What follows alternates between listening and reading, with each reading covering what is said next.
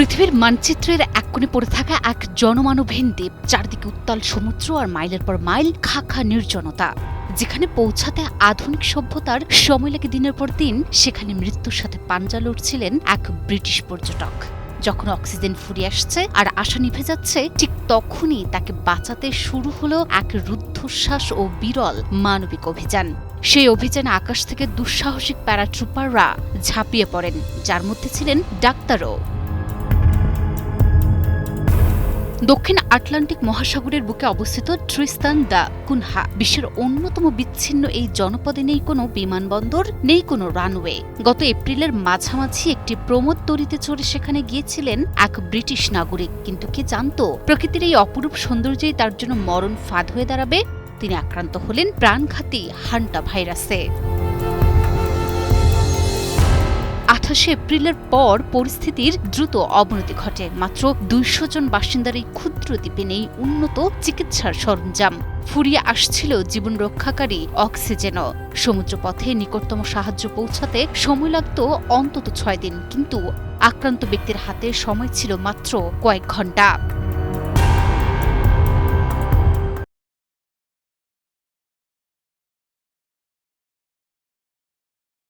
ঠিক এই মুহূর্তে ত্রাতার ভূমিকায় অবতীর্ণ হয় ব্রিটিশ প্রতিরক্ষা মন্ত্রণালয়।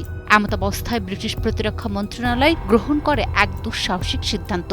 অক্সফোর্ডশায়ার থেকে ডানা মেলে এক বিশাল সামরিক কার্গো বিমান, লক্ষ্য কয়েক হাজার মাইল দূরে অবস্থিত সেই বিচ্ছিন্ন দ্বীপ। শুরু হয় 16 এয়ার অ্যাসল্ট ব্রিগেডের এক বিরল এবং অত্যন্ত ঝুঁকিপূর্ণ অপারেশন। দ্বীপে নামার কোনো উপায় না থাকায় 16 এয়ার অ্যাসল্ট ব্রিগেডের সদস্যরা বেছে নিলেন সবচেয়ে কঠিন পথ। বিমান থেকে প্যারাশুটের মাধ্যমে শূন্যে ঝাঁপিয়ে পড়লেন 6 জন দুর্ধর্ষ প্যারাট্রুপার এবং 2 জন অভিজ্ঞ সামরিক চিকিৎসক। সাথে ছিল অত্যাবশ্যকীয় অক্সিজেন সিলিন্ডার এবং জীবন রক্ষাকারী ওষুধ। আকাশ থেকে প্যারাশুটে করে নেমে আসা এই চিকিৎসকরা যেন সাক্ষাৎ প্রাণদাতা হয়ে ধরা দিলেন দ্বীপবাসীদের কাছে। চিকিৎসকদের দ্রুত হস্তক্ষেপে আর সময় মতো পৌঁছানো অক্সিজেনে ধুঁকতে থাকা ওই ব্যক্তির শ্বাস প্রশ্বাস স্বাভাবিক হতে শুরু করে। প্রতিকূল পরিবেশ আর লজিস্টিক সীমাবদ্ধতা জয় করে এভাবেই সম্পূর্ণ হল এক রুদ্ধশ্বাস মানবিক অভিযান।